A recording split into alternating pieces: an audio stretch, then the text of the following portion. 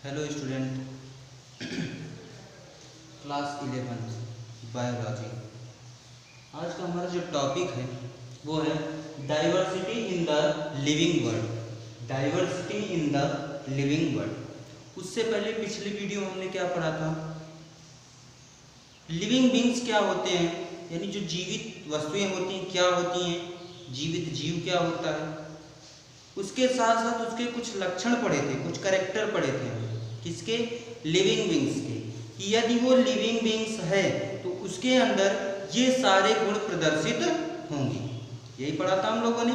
आज हमारा एक नया टॉपिक है, उसी चैप्टर का है टॉपिक।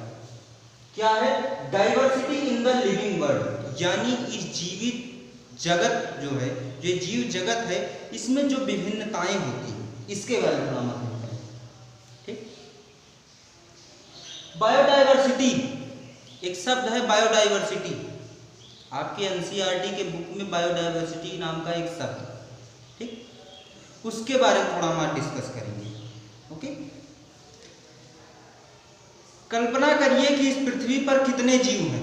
कल्पना ना करिए, आप यदि अनुमान लगाइए, सोचिए, तो इस पृथ्वी पर बहुत सारे जीव हैं, जिनको हम, कुछ ऐसे जीव हैं जिनको हम जानते हैं तथा कुछ ऐसे भी जीव हैं जिनको हम नहीं जानते। ऐसा है कि नहीं है भाई? सबके साथ ऐसा होता है। इस पृथ्वी पर बहुत से जीव हैं, लगभग 1.7 मिलियन फ्लोरा एंड फौना इस पृथ्वी पर है। फ्लोरा मतलब होता है प्लांट और फौना मतलब होता है एनिमल। ओके, 1.7 मिलियन से लेकर के 1.8 मिलियन हम लगभग बता रहे हैं। ठीक, एग्जैक्ट नहीं, लगभग में बताया जा रहा है। याद रखिएगा, ध्यान से सुनिएगा, एग्जैक्ट नहीं बताया जा रहा, लगभग बताया जा रहा है। ओके, तो इतने सारे जीव हैं, इनके बारे में हम कैसे जाने? इतने जीव हैं भाई, तो सब में कुछ ना कुछ वेरिएशन है, कुछ ना कुछ भिन्नताएं सब में है। तो उनको हम कैसे जाने कि ये कौन सा जीव है? इसके लिए हमें क्या पढ़ना पड़ेगा? बायोडाइवर्सिटी के बारे में, यानी जो जैव विविधता है, इसके बारे में थोड़ा जानकारी लेनी पड़ेगी। बायोडाइवर्सिटी क्या है, उसके साथ हम इनके बारे में कैसे अध्ययन करें, कैसे जाने। ठीक, तो इन सब के बारे में हमको जानना है तो बायोडाइवर्सिटी पढ़ना है, यानी जो डाइवर्सिटी है जीवों के, जीव जगत की, वो जानना है। ओके, समझ में आई बात इतनी? तो अगर देखा जाए तो इस पृथ्वी पर बहुत सारे जीव हैं। इस पृथ्वी पर बहुत तरीके के और बहुत संख्या में जीव हैं, जिनको ऐसे आसानी से पहचान पाना तो भाई संभव नहीं है। हम कुछ जीव हैं जिनको जानते हैं, जैसे लाइक पैरट हो गया, पिकॉक हो गया, क्रो हो गया, ये तो बर्ड्स हो गई हमारी। काऊ हो गई, बुफैलो हो गई, गोट हो गई, कैट हो गया, डॉग हो गया, हमारे क्या हो गए, एनिमल्स हो गए। उसके अंतर्गत मैन भी आ गया। तो हम जिनको जान रहे हैं, जिनके बारे में जान रहे हैं, उनको तो ठीक है, उनके बारे में जान लिए। कई ऐसे इंसेक्ट हैं, लाइक हाउस फ्लाई हो गई, मॉस्किटो हो गया, हमारा स्पाइडर हो गया। इन सब के बारे में तो हम जान रहे हैं, समझ रहे हैं, हमको देखने के लिए हम देखे हैं।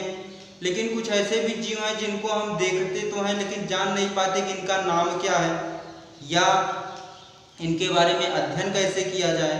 तो उन सब के लिए हमको क्या करना है? बायोडाइवर्सिटी पढ़नी है। क्या पढ़ना है? बायोडाइवर्सिटी। यानी जो बायोडाइवर्सिटी होती है, ये होती क्या है? ओके, तो जो बायोडाइवर्सिटी है ये बताती है कि सभी जीवों में कुछ ना कुछ भिन्नताएं हैं, सभी जीवों में कुछ ना कुछ विभिन्नताएं हैं। समझ में आई बात इतनी? ये भी बताती है कि प्लांट एनिमल से अलग है, एनिमल भी प्लांट से अलग है। इसके बारे में हम कई चीज पढ़ेंगे। जैसे सबसे पहला इसमें टॉपिक आएगा क्लासिफिकेशन, यानी वर्गीकरण। जीव या पौधे जो हैं, इनका वर्गीकरण क्यों किया गया? इनके वर्गीकरण करने का कारण क्या था? कभी आपने सोचा? नहीं सोचा होगा, क्योंकि अभी तक किसी ने हमसे ये नहीं कहा कि आप इसके बारे में सोचिए। तो हम काहे सोचें, बेफजूल काहे अपना दिमाग खराब करें ना? तो इसलिए हमें पहले ये जानना है कि क्लासिफिकेशन क्यों आया, क्या जरूरत पड़ी क्लासिफिकेशन की, क्लासिफिकेशन है क्या, वर्गीकरण है क्या। ठीक है, तो इन सब के बारे में हम अध्ययन करेंगे इसी वीडियो में जानेंगे। ओके, चलिए देखते हैं आगे।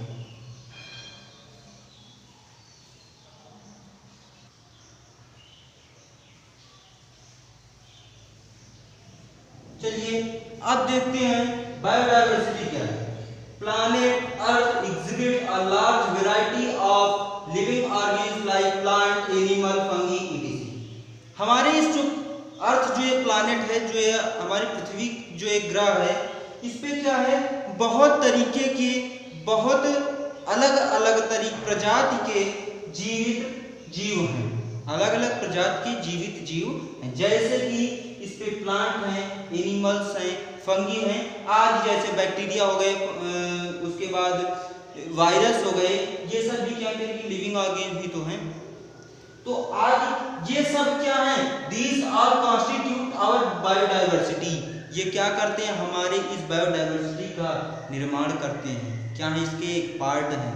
Okay, in it each and every different kind of organism represent a species। और इन सब में ये सब क्या करते हैं, ईच सभी, every, different kind of organism, यानी अलग अलग प्रकार के जो भी जीव होते हैं, ये क्या प्रदर्शित करते हैं, एक प्रजाति प्रदर्शित करते हैं, एक जाति प्रदर्शित करते हैं। ओके, समझ में आया क्या है बायोडायवर्सिटी। अब उसके बाद हम अगला टॉपिक हमारा था क्लासिफिकेशन। अगला टॉपिक क्या था हमारा, क्लासिफिकेशन। क्लासिफिकेशन क्या है, एक ऐसी व्यवस्था, the arrangement of organism into convenient category or group on the basis of their similarities and differences in certain easily observable fundamental character is called classification। यानी वर्गीकरण क्या है, तो वर्गीकरण एक ऐसी व्यवस्था जीवों की है जिसके अंतर्गत हम क्या करते हैं, किसी भी जीव को एक समूह में रखते हैं, उसके सिमिलरिटी, समानता, और उसमें जो कुछ भी अंतर है उसके आधार पर, जिससे कि हम आसानी से ये पता कर सकें कि उसके जो लक्षण हैं, जो उसके प्रारंभिक लक्षण हैं, वो क्या हैं। इसे ही क्या कहा जाता है, वही वर्गीकरण कहलाता है। यानी वही जो व्यवस्था बनी जिसके द्वारा क्या किया गया कि उसके जो शुरुआती लक्षण थे, जो भी सामान्य लक्षण हैं, उनको हम क्या कर रहे हैं, एक समूह में रख रहे हैं। This is called a classification. वही जो समूह हुआ, वही समूह क्या कहलाता है, वर्गीकरण कहलाता है। समझ में आई बात, उतार लीजिए, इसको लिख लीजिए।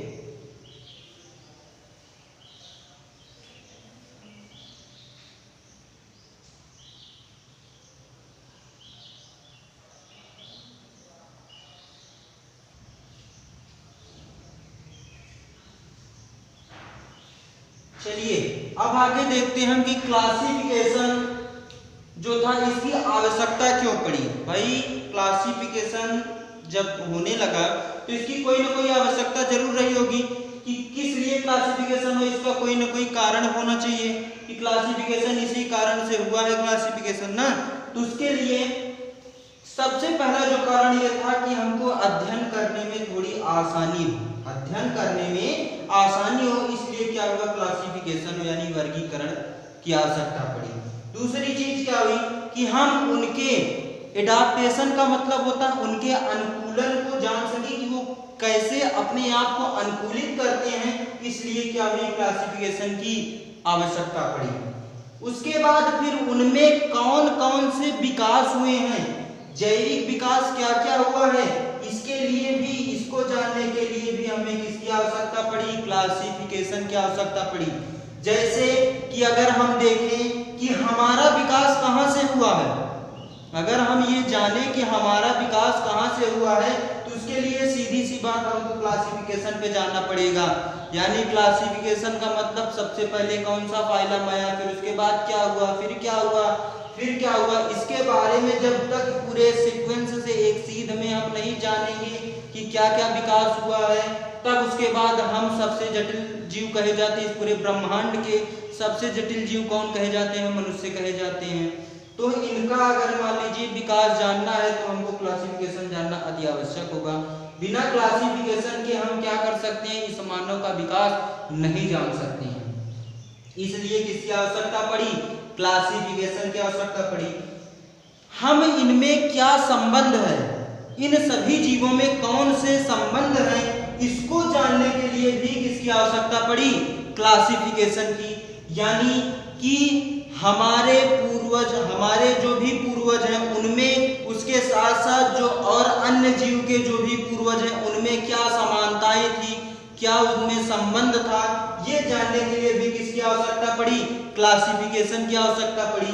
और सबसे लास्ट पॉइंट क्या है कि जो भी नए जीव बन रहे हैं उनमें जो भिन्नताएं आ रही हैं ये भी कौन बताता है? क्लासिफिकेशन ही बताता है। यानी नए जीवों में जो भी भिन्नताएं आ रही हैं वो कौन बताएगा? क्लासिफिकेशन बताएगा। तो उसके लिए कोई एक अलग समूह बनाया जाएगा, उस समूह के जरिए में क्या रखा जाएगा? वो जो नई प्रजाति आएगी वो रखी जाएगी। समझ में आई बात? यानी कि 5 पॉइंट हैं, यही 5 पॉइंट मुख्य थे क्लासिफिकेशन का निर्माण करने के लिए।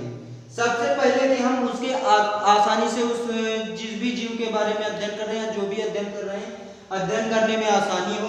दूसरा पॉइंट ये था कि हम वो कैसे अपने आप को अनुकूलित कर रहे हैं, कैसे उनका रहन सहन है, कैसे हैबिटेट है, कैसे मार्फोलॉजी है, इन सब को देखते हुए क्या हुआ?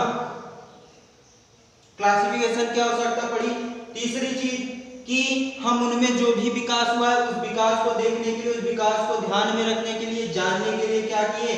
क्लासिफिकेशन की आवश्यकता पड़ी। और चौथा पॉइंट क्या था कि इनमें क्या क्या संबंध हैं, कौन से संबंध हैं, इसको जानने के लिए भी क्लासिफिकेशन की आवश्यकता पड़ी। और सबसे लास्ट पॉइंट ये है कि जब कोई भी नए जीव की उत्पत्ति हो रही है तो उसको जानने के लिए उसके बारे में उसको एक अलग समूह में रखा जाए भाई, क्योंकि वो सबसे अलग अगर दिखेगा तो क्या होगा? जब कभी भी नए जीवों की खोज होगी तुरंत क्या होगा? फिर क्लासिफिकेशन की आवश्यकता पड़ेगी। उनको एक अलग फाइलम में, अलग सब फाइलम में, अलग जीनस में, अलग ऑर्डर में, अलग स्पीशीज में रखा जाएगा। ओके, तो इसलिए यही 5 पॉइंट थे जिनके जरिए क्या हुई कि हमें आवश्यकता पड़ी कि हमें क्या करना चाहिए? क्लासिफिकेशन करना चाहिए। Thank you class.